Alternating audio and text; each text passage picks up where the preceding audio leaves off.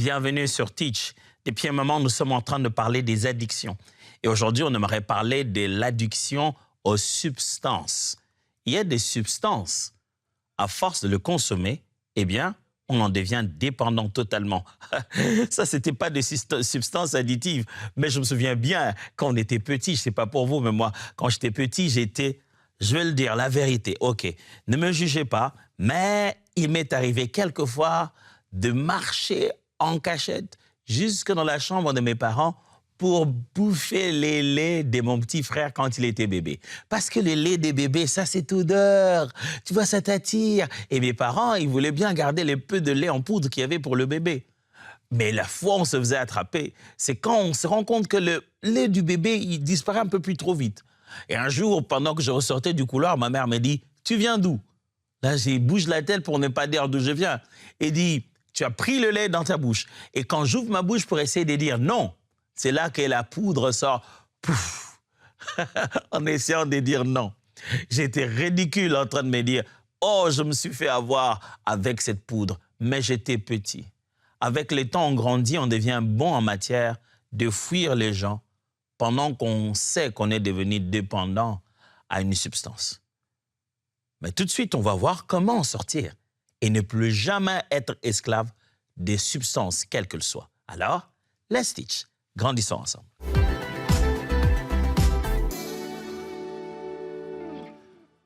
Je vous ai dit les fois passées qu'il existait plusieurs formes d'addiction. Et entre ces formes, je parlais des addictions aux substances, qui sont en fait le fait que l'usage de certaines substances chimiques a un usage répétitif et compulsif. C'est-à-dire ça encore et encore et encore, même quand on n'en a pas besoin, mais on continue à l'utiliser. On commence à en avoir passion. Ces substances chimiques sont souvent accompagnées d'une incapacité à s'arrêter. On fait, on prend, on ne sait plus s'arrêter.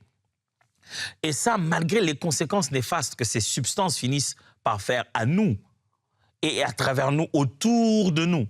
Ces substances ou ces aliments deviennent un mécanisme biologique et psychologique autour de nous. Parce que l'on mange ça, parce que l'on boit cela, de façon répétitive, au point de ne plus se contrôler, ces choses commencent à avoir de l'emprise sur nous. C'est ça qu'on appelle de l'addiction aux substances. Connaissez-vous quelqu'un qui a de l'addiction aux substances? Moi, je ne sais pas trop. Est-ce que ça ne serait peut-être pas vous? Ah non, non, non, pasteur, pas moi, vous parlez d'addiction. Moi, je suis quelqu'un de très bien. Moi, je ne suis pas dans la drogue. Je n'ai pas parlé que de la drogue. Les substances chimiques.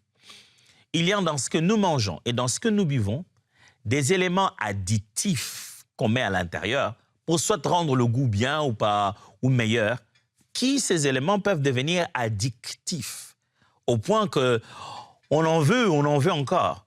Il y a dans ces choses que nous consommons, qui sont intéressantes, qui font une réaction biologique dans notre corps. À force de manger ou de boire ça, ça fait un certain bien à ton corps et ton corps en réclame. Et toi, tu es entré dans un cycle où tu donnes à ton corps ce qu'il veut, quand il veut, même quand il n'en a pas besoin. Et ça commence à tuer une autre partie de toi-même. Mais le plaisir que cela te procure te fait de fois ignorer les dommages qui sont en train d'avoir, que tu es en train de connaître dans les autres aspects de ta vie. Ça s'appelle de l'addiction, mon ami. Ben, comment fonctionne l'addiction? Ça, c'est important. Je ne l'ai pas dit jusqu'ici, mais parlons-en. Il semblerait que l'addiction fonctionne dans un cycle de à peu près 5 étapes. Premièrement, il y a ce qu'on appelle un déclencheur. Donc, cette chose que tu as aimée, qui a fait en toi, c'est bien, c'est très bien. Et pour qu'on ressente ce plaisir-là, la chose au départ peut être répréhensible. Ça peut être une chose qu'on a interdit de faire, mais on l'a fait dans le secret. Et des fois, ce n'est même pas la chose qui est bonne, c'est le secret lui-même qui est bon. Ce côté-là où tu vas explorer cette substance à l'Indiana Jones. Tu vas, personne ne te voit, tu te glisses, tu sors avec. Le fait même que personne ne sache que tu le prends, c'est ça qui devient le plaisir. Le déclencheur, ça commence toujours quelque part. La substance, la chose, le comportement qui commence ça. Il semble qu'après que tu as rencontré le déclencheur, que tu as débuté quelque chose, la suite, c'est quand ça devient un comportement additif. c'est la substance, l'alcool, la drogue, la caféine, la sexualité. C'est d'abord ça, la substance, la chose qui est le déclencheur. Puis, il y a ce qu'on appelle un comportement addictif, c'est-à-dire tu commences à entrer dans un cycle. Au début, c'est chaque samedi. Après, on s'est dit, samedi, une fois seulement, ce n'est pas suffisant. On m'a énervé au boulot, je préfère consommer ça le lundi. Chaque lundi soir, je suis trop fatigué.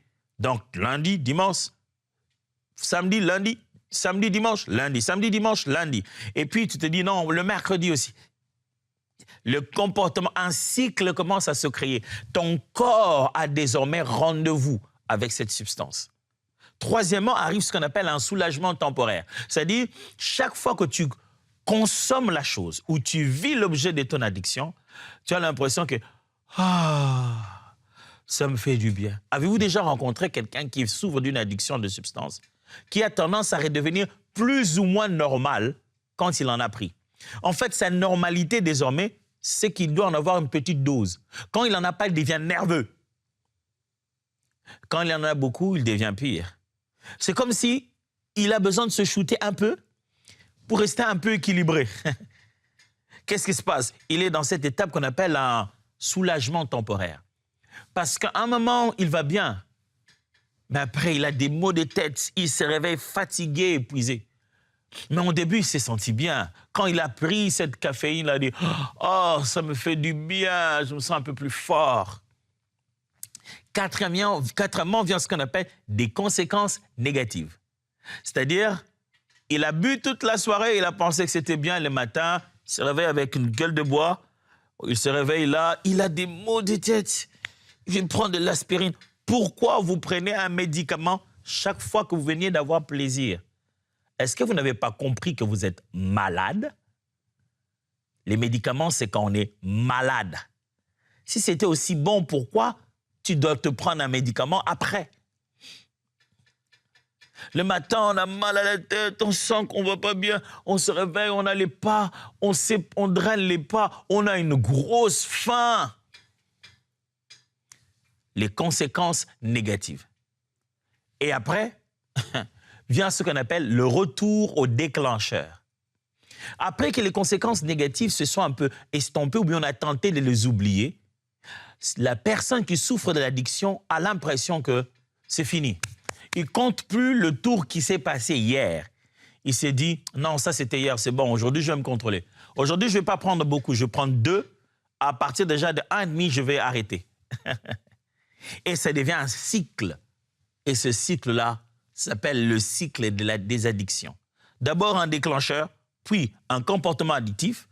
Ça commence à devenir un rendez-vous régulier, puis un soulagement temporaire. Chaque fois, on a l'impression que quand on l'a fait, on se sent bien. Et après, on sent que ça va mal. Les gens autour de nous commencent à nous dire « Si tu continues comme ça, je ne peux plus rester dans cette relation avec toi. Si tu continues à boire comme ça ne va pas marcher. » Toi-même, tu commences à te dire « Si je continue à boire comme ça, je finirai par tuer quelqu'un un jour. Si je dois chaque fois casser les histoires, je finirai par ne pas bien conduire. Un jour, je risque de tamponner quelqu'un si je continue à conduire au volant en étant dans cet état. » Tu connais les conséquences négatives. Mais quand tu as raté des justesses, le scandale, tu n'as pas encore touché le fond, comme on aime dire. Voilà, retour encore au déclencheur. Est-ce que ce n'est peut-être pas ça ce qui se passe chez vous? Vous arrêtez un peu lorsque le médecin vous dit « Bah, monsieur, je crois que vous devez vraiment changer votre alimentation. » Mais oui, parce que quand je vois un peu votre degré de sucre, là, ça ne va pas. Quand je regarde un peu votre degré de caféine avec votre tension artérielle, ça ne va pas. Je suis deux fois étonné et même surpris.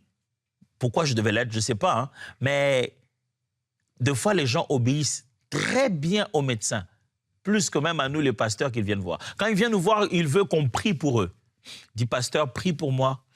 Parce que, vraiment, pasteur, prie pour moi. Je ne veux plus continuer à prendre le tabac comme ça. Il faut que j'arrête.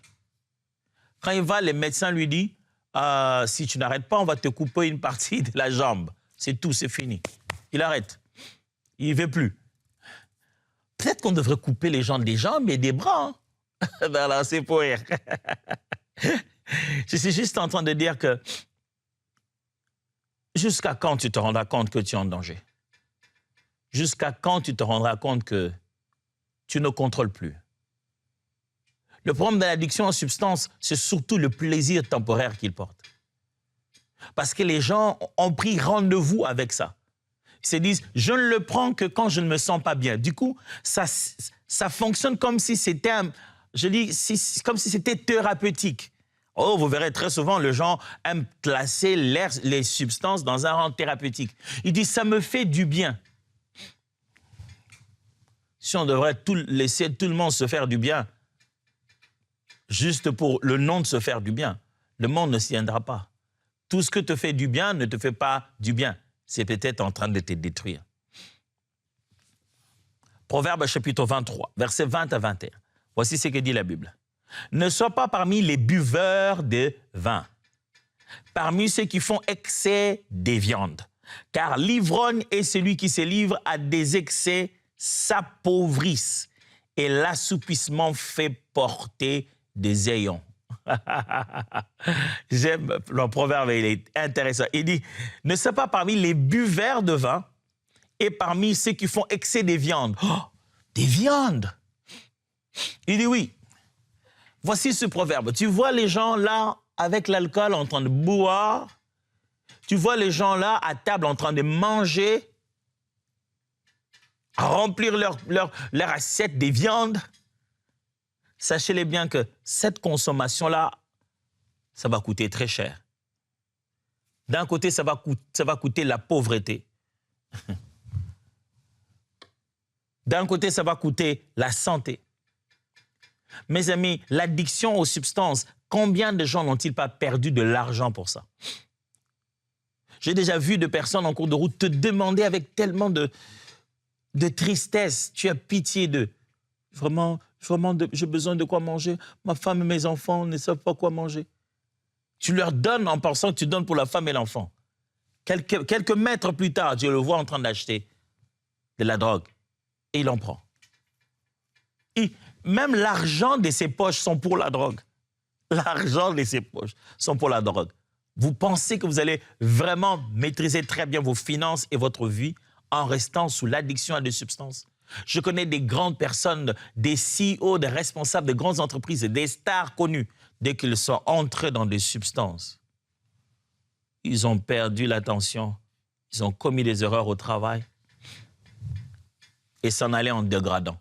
Et la Bible dit, buveurs, substances, alcool, mangeurs, la viande, attention à ce que nous consommons dans notre corps. La grande partie de nos maladies ne viennent pas de notre dysfonctionnement corporel, mais de notre consommation. Souvent, c'est de quoi nous souffrons est dans notre assiette.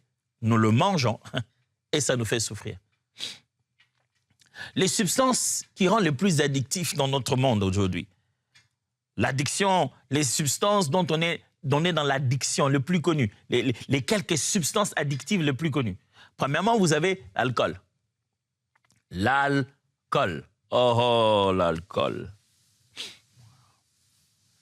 Faites attention à l'alcool. La Bible décrit l'alcool comme un serpent, comme un venin. Au début, tu as l'impression que tu as un plaisir, tu as aimé.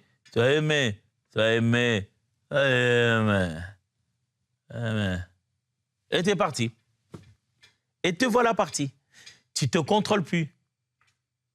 Voilà, tu fais tes besoins dans ton corps, comme ça là, un adulte. Tu as de l'incontinence. Qu'est-ce qui se passe? L'alcool. L'alcool vient perturber notre système. Il y a aujourd'hui des gens qui ne savent même plus recevoir certains types d'injections parce que quand on donne, on dit ça ne réagit pas. Pourquoi? Son corps est rempli d'alcool. Il boit trop. L'alcool. Combien de gens ne sont-ils pas devenus dans l'addiction de l'alcool? Ils le font même entre amis. Ils se disent non, je ne vais pas là-bas pour boire. C'est surtout pour rencontrer des amis et bon, comme on est ensemble, on boit un petit quelque chose. Non, tu vas là-bas pour boire et vous faites l'association de buveurs. Est-ce que tu peux être sincère avec toi-même? Pourquoi maintenant qu'on t'a dit tu ne peux pas aller dans cette rencontre, tu n'es pas à l'aise? C'est pas parce que tu aimes tellement tes amis. C'est la réaction typique de quelqu'un qui est dans l'addiction des substances. Maintenant, tu inventes tout état de choses. Non, je devais aller voir un match de foot. Non, c'est pas ça. J'ai une réunion au boulot. Tu as dit que tu es allé dans une réunion au travail. Et puis, de là, tu t'es enfui pour aller rencontrer des amis. Si ce sont des amis. On n'a rien fait de mal. On était assis juste en train de boire. Ce n'est même pas les amis que tu étais en train de chercher. C'est la boisson que tu étais en train de chercher. Tu as tellement mis les deux ensemble que tu ne te rends plus compte que tu es devenu prisonnier de l'alcool. La drogue. Ouf. Chaque pays, chaque coin du monde a ce type de drogue. Chez nous, moi je viens de la RDC, à un moment on a eu des formes de drogue qui ont massacré la jeunesse de notre pays. C'était un mélange chimique incroyable qui était pris, des matières qui étaient prises, des véhicules, des trucs comme ça. Je n'ose même pas en parler. Et les gens en prenaient et ils en dormaient debout, littéralement en pleine marche. Ils s'arrêtent et ses jarrets de jambes se fléchissent un peu. Il endort profondément debout. Et c'était un phénomène accablant, un phénomène qui a scandalisé tout le monde. Les drogues. Oh, toutes les drogues ne sont pas blanches comme dans les films. Hein. Certains sont verts. Certains sont des substances comme qui ne sont pas aussi synthétisées que ça. Mais la drogue, au début, on a l'impression que quand on en a pris, on plane, on se sent bien. Mais on meurt à petit feu. Des médicaments sur ordonnance aussi. Il y en a des catégories qui rendent additifs. Des médicaments contre les douleurs. Vous savez, il y a des médicaments que vous avez pris à cause d'une maladie pour estomper des douleurs, pour estomper des ressentis. Maintenant, cette sensation que ça procure, tu te dis, j'ai besoin de me sentir comme ça à tout moment. Et on devient dans l'addiction. On se fait prescrire la même chose encore et encore. Sans oublier les tabacs et les nicotines. Des gens qui font des joints comme ça. Il a tellement besoin qu'une fumée traverse son corps de temps en temps, que la fumée traverse son corps. Et enfin, la caféine. Tu as parlé de la caféine? Ouais. Et ce n'est pas Tom Mbouma qui a inventé ces choses. Hein. Pas du tout. Je n'ai rien à voir. Je ne suis pas responsable. Les preuves sont là. Elles sont scientifiques. Les nombres sont à table. La caféine est addictive. Et les degrés d'addiction ne font que monter. Combien de fois tu as besoin de ton café? Oh, tout café n'a pas caféine dedans. Des fois, caféine, il y en a même dans des thés. On a même des substances qu'on prend et on précise, c'est décaféiné, on met être sûr. Mais la pensée ici n'est pas seulement de chercher la matière précise qu'il y en ait ou non. La pensée ici, c'est de devenir dépendant de la consommation de cette substance, comme si sans elle, on ne peut pas vivre. Et d'habituer notre corps à cette substance comme si elle était un besoin fondamental. C'est comme ça, quand on demande aux gens, il est temps de jeûner et de prier. C'est dur. Parce que quand tu lui demandes de jeûner, c'est comme si tu étais en train de les sévrer. Il y a des gens, tu lui demandes de jeûner, ça fait 2 jours qu'il n'a pas mangé le foufou, ça c'est un peu notre nourriture principale chez nous. Tu sens qu'il tremble. Parce qu'il ne mange plus juste le foufou, pour lui, ce n'est pas juste de la nourriture. C'est devenu une addiction. Quand tu l'entends parler du foufou, il vénère le foufou. Il raconte une histoire d'héroïsme de cette consommation. Il montre comment les locaux sont importants dans la vie d'un être humain. Il a de l'addiction à la nourriture aussi. Romains chapitre 13, verset 13. Vivons correctement et honnêtement, comme il convient, en plein jour. Ni orgie, ni buverie, ni flirt, ni aventure sentimentale ou expérience sexuelle, ni sensualité, ni immoralité. Loin de vous les discordes, les jalousies et les rivalités partisanes. Paul est en train de parler aux Romains.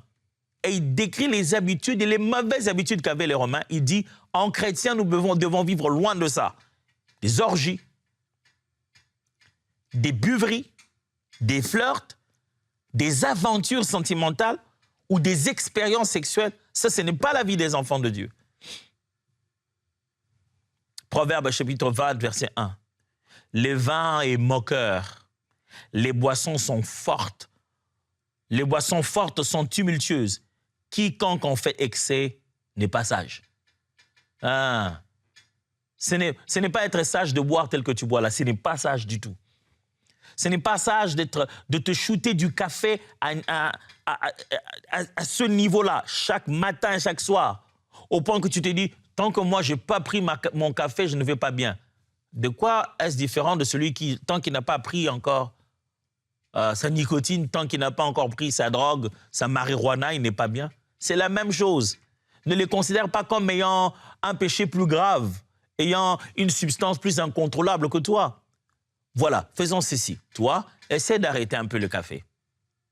Parce que tu penses gérer.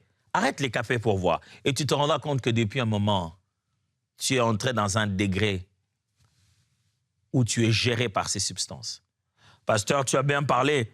Je me sens presque condamné là. Tu ne sais pas de me condamner. Non, je ne sais pas ça. Je ne sais pas de mener en vous une culpabilité. Non. Pourquoi? Pourquoi? Parce que si vous buvez, vous savez que vous buvez. La quantité, vous la connaissez. Je n'apporte aucune information supplémentaire. Je vous demande plutôt de faire un examen de conscience et de regarder si vous n'avez pas des alertes qui vous disent que vous êtes en danger. Ben, si j'ai vu ces alertes, je fais quoi, pasteur? OK? Simple. Comment être libre de ça? Premièrement, la liberté est en Jésus-Christ. La liberté n'est pas juste une chose que vous est donnée et que vous partez avec. La liberté est une personne qui garantit l'aspect permanent de ce que vous avez reçu. Je vous ai dit les dernières fois, quelqu'un peut être libre aujourd'hui. Des esprits mauvais, s'il y en a eu, sortent de lui. Cela ne garantit pas que ces esprits ne vont pas revenir. Il faut qu'il ait fait alliance pour que quelqu'un d'autre commence à protéger sa vie. Mon frère, vous avez besoin de Jésus. La puissance de la conversion intérieure, de la conviction de péché. Quand vous prenez conscience que ce que vous faites, c'est plus que juste un mal moral et que vous êtes en réalité en train de détruire le corps et les temples du Seigneur. La Bible dit, celui qui détruit les temples du Seigneur, Dieu le détruira. Ce corps-là ne vous appartient pas. Dieu vous l'a donné, vous êtes intendant. Vous faites mal.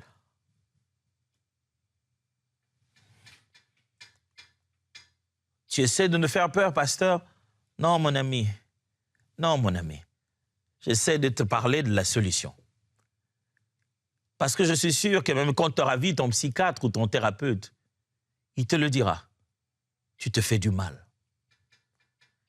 Mais là, je te dis que quelqu'un peut t'aider. Il peut vivre avec toi. Et même plus, vivre en toi.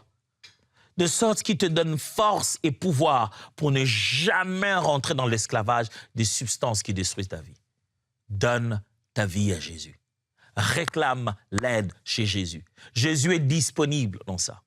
Vous savez, dans la plupart des types de thérapies qu'on vous proposera, on vous proposera souvent un accompagnement pour sortir des addictions de substances. On vous demandera de faire partie d'un groupe d'alcooliques anonymes parce qu'on a besoin d'un soutien, que les autres nous parlent, nous rappellent. On a besoin que d'autres personnes nous soutiennent dans ça. Ceux qui sont devenus meilleurs que nous, ceux qui en sont sortis. On sait qu'on a besoin d'accompagnement. Moi, je vous propose l'accompagnement de quelqu'un qui est venu sur la terre, qui a vécu autour de ces choses et qui est capable de comprendre exactement ce qui se passe. Et que lui, on ne se rencontre pas avec lui le soir seulement dans l'alcoolique anonyme. Il va avec nous où que nous allons. Et il nous donne de l'aide à n'importe quel instant quand nous lui demandons. Donnez votre vie à Jésus-Christ. Deuxièmement, le renouvellement de l'esprit. Lorsque le Seigneur renouvelle votre être intérieur, ce n'est plus vous qui vivez. Vos goûts changent.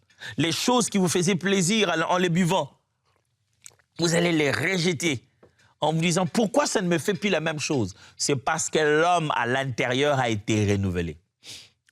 Le renouvellement de l'intelligence arrive avec la lecture de la parole et une vie de prière.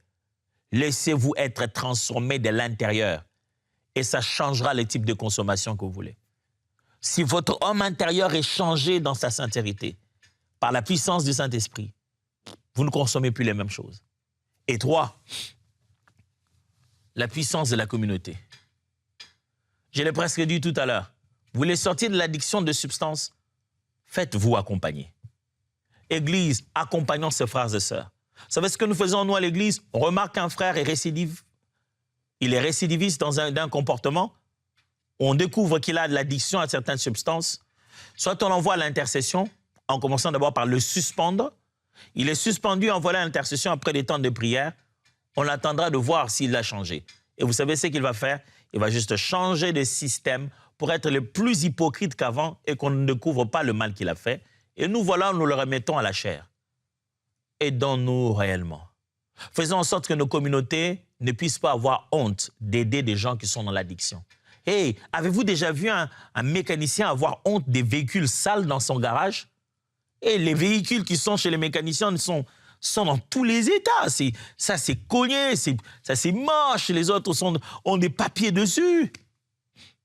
L'Église, c'est venu pour réparer les gens. Aucun véhicule ne peut dire « Ah, mais pourquoi cet autre véhicule est si moche que ça ?» Hey, peut-être que toi, tu as une carrosserie bien, mais c'est ton moteur qui est malade. Ne faisons pas ça.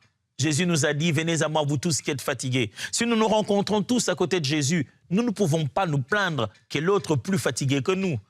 Jésus nous a appelés pour que nous venions comme ça. Faisons de nos communautés, faisons de nos églises, faisons de nos communautés en général des lieux où les gens trouvent force, où nous les soutenons pour se relever. Et non pas où nous le condamnons d'avoir été juste incapable de dire non à certaines choses.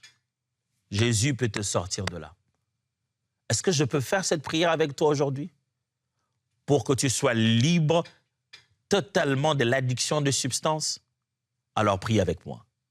Seigneur Jésus, je viens à toi. Je suis fatigué de moi-même. Je n'ai plus de force. Ma volonté ne marche plus. J'ai besoin d'aide. Viens au secours de ma force. Je suis épuisé. Seigneur, je l'admets. Je suis devenu esclave. Alors je t'en prie, libère-moi de cette addiction. Aujourd'hui, j'accepte ton œuvre de la croix. Aujourd'hui, j'accepte que tu es mort pour moi. Je reçois le don de la vie. Je reçois la délivrance par ton sang. Je suis libre au nom de Jésus. Saint-Esprit, remplis-moi pour que je vive dans la nouveauté de vie. Au nom de Jésus. Amen. Cette prière, ça va changer toute ta vie. Et voyons-nous demain pour continuer tout ça. Dieu vous bénisse.